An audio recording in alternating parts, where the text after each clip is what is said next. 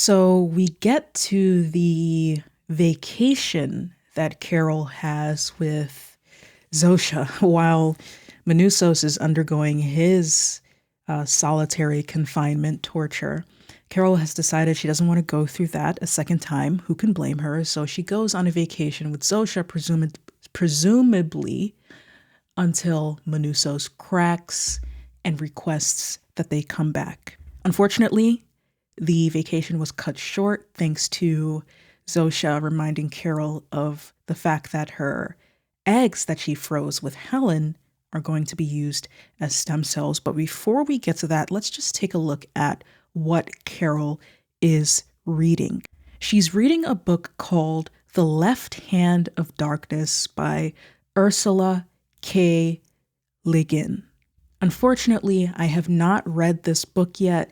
It is on my list of book to reads every time I look up sci-fi books. This is like at the top of the list. Apparently, Ursula is like an S tier, God tier science fiction writer. But this is what Carol is reading. And this book and Ursula as a writer are hailed for her feminist themes, for her themes surrounding gender, for her social commentary in her sci-fi books. And we took a look at the Georgia O'Keeffe painting that Carol took from the museum in depth. So we're going to do the same thing here to this book and what it could possibly tell us about Carol, the kind of mental state she's in, and the kind of world that she desires, because nothing in the show is a mistake. This book was chosen for a reason. This book was written in 1969, and with it, Ursula essentially put the reader into a thought experiment. And the experiment was this: what if Earth had no concept of a fixed gender among people, no concept of a fixed sexuality amongst people, and that people were simply without any of this social performance, and they were just people.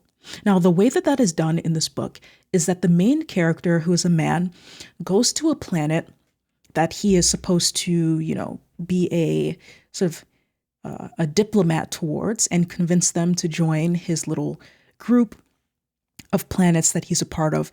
And on this planet, the people there are quote unquote neutral for the majority of their lives, meaning they are sexually, their sexuality, their sex, their gender is all neutral for the majority of the month. And then once a month, they go through a hormone cycle where some of them will develop more male characteristics, and some of them will develop more female characteristics. Anyone can become pregnant, and so on and so forth. The idea of this book is, what would society and therefore history look like if there was no fixed masculinity and no fixed femininity among people, and everyone was anything at different times of their lives? In this book, because anyone can become pregnant and give birth to a child, there is no concept of a sort of structural or enforced patriarchy. There is no domestic life, which some people are assigned to, and no public life, which other people are assigned to. The main character, who comes from Earth, where we do have sex and gender and enforced roles based off of your sex and gender, the main character struggles with how to sort of be diplomatic with these people, how to communicate with them properly, and how to perceive them in his mind himself.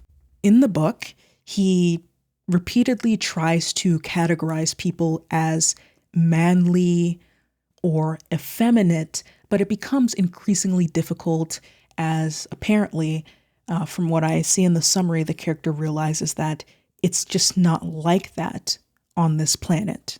Again, there are other thought experiments. Ursula suggests in the book that in a world without these strict concepts of gender, there would not be the mass wars that we've had on Earth, as without, this desire for the masculine, to dominate the feminine, there was never the kind of intense wars that we have on Earth. There has been conflict, but the conflict was not particularly well organized, and it was not gender coded as it would be on the planet Earth. And so the entire book is this kind of a thought experiment. What might humanity look like? How might humanity develop if sex and gender were a non-issue, were a thing that simply didn't exist as they exist on planet Earth today? Additionally, in this book, there are some themes of loneliness. The main character is the only person on that other planet that is a permanent gender and a permanent sex all the time. So he's an outcast. He's weird. He's viewed as sort of a pervert. The same way that some people might view people who call themselves non-binary or transgender or gay, they might consider them to be weird, or they might consider them to even be perverts. That is how the people of this planet in Left Hand of Darkness view the main character. So there are multiple themes going on in this book. There are feminist themes. There's also some more generic themes about loneliness. There are also some more other types of generic themes about what makes a human, what is the true human underneath all of the social performances and culture and ideas that we have. What is left of humanity? Who would we be without the societies that we have crafted over time? And apparently, again, I haven't read it, but I did some quick searches when I was making this video. Apparently, one of the main takeaways from the book that people get is that we as human beings build our identities off of things that may very well simply not be real, may very well be creations that we have created simply because we created them. I hope to read this book soon, but I heard that her prose and the way that she writes is a bit complex, so I'm trying to build up my attention span to actually be able to read this properly. My attention span is completely and totally cooked because of social media, so there's that. All of this has bearing on Carol, just as the Georgia O'Keeffe painting, the specific painting, and who Georgia O'Keeffe was and what her paintings represented said something about Carol and her appreciation for that art. Likewise, Carol's choosing of this book to read on their vacation has something to do with Carol as well. It seems like Zosha and Carol are the only two individuals really on this vacation. So from Carol's perspective, she is living in a world where gender doesn't really matter anymore because they're both women, where sexuality is a non-issue because Carol is gay and Zosha is whatever sexuality Carol wants her to be. It is a world where Carol can be completely honest about who she is, what she wants, her personality, and Zosha will never misunderstand her and will never particularly judge her for those things and will always be completely honest. So it is a very different society than the one Carol is used to, which is why she might feel some desire to read a science fiction novel from Ursula. And just as Diabate made us remember in episode 2 that this is now a world where race no longer matters, your nation of origin, your language no longer matters. For Carol, this is a world where your gender and your sexuality no longer matter as well. Just another note in the very long song that Zosha and the Pluribus are playing for Carol, trying to seduce her into joining them. All right, their vacation continues. They're going all over the place. They're going to beaches, they're going to penthouses. They even went to an icy retreat. If you remember from episode 2 or 3, I believe, Carol and Helen's vacation to that Nordic icy retreat where they saw the aurora was extremely important to Carol. It left a huge impression and very fond memories. We know that from the context clues in the show itself, but also from that ARG or extracurricular lore that we got from the Blood Song of Waikaro, chapter 16. Again, I have that chapter up on my channel with me reading it to you guys so you guys can see it in case you don't have an Apple device to read it yourself. But in that chapter 16, we get what I believe to be a coded and veiled foreshadowing of the events and the central, what I believe to be the ending of Pluribus. But we're not going to talk about that again. I've talked about it so many times. But in that book, we see that Carol, in the author's note, calls her fans purples. She doesn't call them Wicarians. She doesn't call them my fans. She calls them true purples. That is the name of her fan base, the true purples. So purple is a very important color. I'll talk about why I'm mentioning that in a little bit. Just try and take a look at the clothing that the characters wear throughout the show and the colors on their clothing. But in her book, the god of her book world in Waikaro is called Aurora itself. So the god in her books is called Aurora. Her fans are called True Purple. And when Helen and Carol were in that icy retreat, they saw an aurora. And one of the colors on the aurora was a purple. The entire icy retreat lit up in a fuse of purples and blues. I've mentioned the color theory a lot with the show over the course of the season. Carol is associated with the color yellow. That is the color that is with her throughout all of the initial promotion material. The color theme of Pluribus's marketing material is yellow. And Carol was wearing a yellow jacket in the first episode for the entirety of the episode, pretty much. Zosha was associated with the color blue for the majority of the season, but for some reason, over the last 2 or 3 episodes, she has been increasingly associated with the color red to the point where by this episode and the last episode, she's literally almost always wearing red or a shade of red. In this scene, you see that Zosha is, of course, wearing a red sweater and a red coat. And now Carol is associated with the color blue. Red and blue together make purple. So that is the color theory going on here. I'm not sure what that means, but it's intentional. Whether it's intentional from the writers themselves, I don't know, or if it's a choice that the costume designers are making, given some direction or some advice or some themes that they'd like to express to the audience through the writers and through the showrunners. I'm not particularly sure. Now, after mentioning all of that, I completely forgot why I said that and what led into it. So I'm just going to continue with my notes for this scene. This is all an act. Carol finally breaks out of her little cognitive sort of wishes, her desires for all of this to just be okay and to be okay with it all. She says she's never been happier in her life. And then Zosha, once again, in her typical fashion, says something she probably ought not to have said.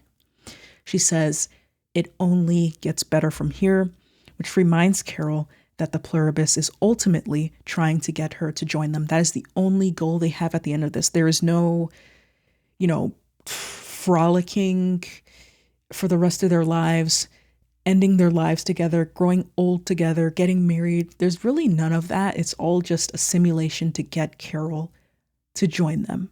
It's all fake. As we saw with Kusimayu at the beginning of the episode, the cultural elements of Kusimayu's village were all fake.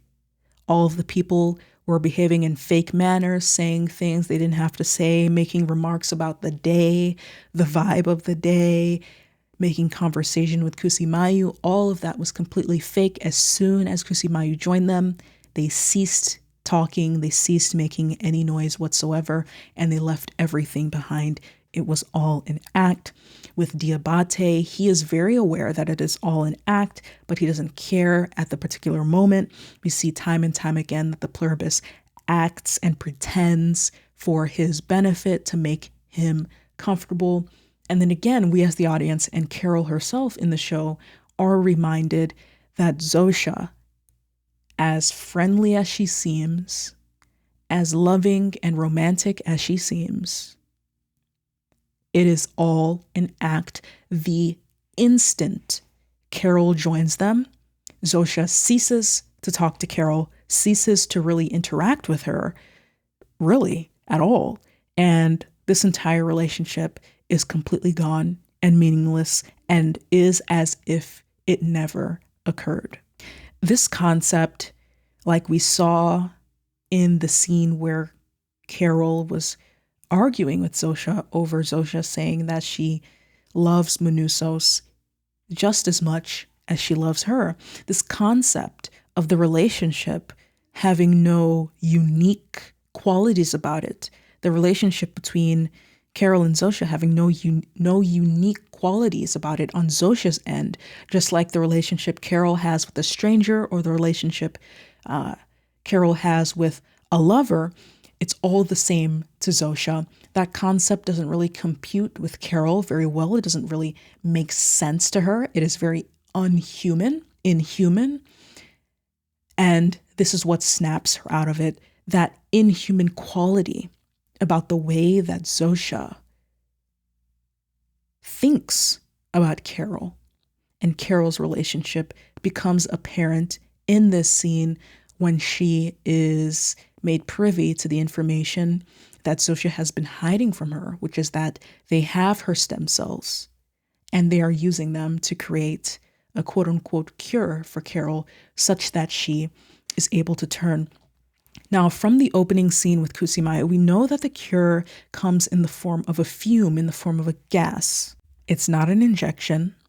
All they have to do, if they wanted to, was to have that gas with them, open up the vial when Carol is nearby, and Carol is completely cooked. She turns and she joins them, even against her will. I know the hive mind says they won't do anything against her will. I believe that they lie by omission. I believe that the writers will cook up a way for them to be able to turn someone without that person wanting to be turned. And I think things will get very scary at that point. But for now, Carol realizes she still only has about a month, maybe 3 at best, to figure out how to reverse all of this. The Pluribus's attempt to recreate that icy retreat that Helen and Carol had together that was so impactful to Carol, to recreate it in a way that Carol might have liked a little bit more with, this fireplace and furniture that's not made of ice. It worked for some time, but our girl Carol still has, at the end of the day, her mind on the prize, her mind on the mission, and she decides to leave Zosha in favor of teaming up with Manusos to determine a cure. So while Manusos is in his solitary confinement and he is learning about electricity, learning about radio frequencies, learning about transmission and antennas and all of this stuff, Manusos is a genius. He figured out what was necessary learning for him. I think Carol and Manusos will make a very good team because Carol is able to grab information from the Pluribus because of her relationship with it. But Manusos is able to do the actual hard work, the learning. We saw that he is willing to learn. We saw that with his willingness to learn English as he traveled from Paraguay to New Mexico. We saw his iron will as he tried to make it through that jungle, the gap, on his own. And then we see him again, learning about radio frequencies, learning about electricity, and learning about transmission. Carol comes back and in typical fashion, in stereotypical fashion, apparently lesbian breakups are extremely brutal. Carol orders an atom bomb that signifies, I guess how explosive this breakup was for her. It's probably something she's been wanting to ask for a while. She finally does it. It's once again a callback to a previous episode. Threads being tied up and cleaned up and tidied up in the finale. All very nice. And Carol and Manousos are officially a team in episode 9, the finale of Pluribus season 1. What a fantastic season of television. I know there are some people who are saying that it's too slow for them, that nothing happens. I have the complete and opposite opinion. I think a lot is happening in each and every episode. It's just portrayed in a way that maybe people aren't used to it being portrayed. It's portrayed in a slow burn, with a slow burn aura, even though quite a bit is happening in each and every episode. This is a very fast-paced episode in and of itself, second only to the first episode, I guess, in how fast-paced it was to me. I think this is a story about the characters, the connections between characters, the dynamics between characters, the self-discovery that Carol herself is going through. I really want seasons of this show to come out quicker. I wish there could be one every year, but it's looking like there's going to be a 2 or 3 year delay between seasons, which is unfortunate. Let me know what you guys think of season 1 of Pluribus. Thank you guys for watching all of my discussion videos.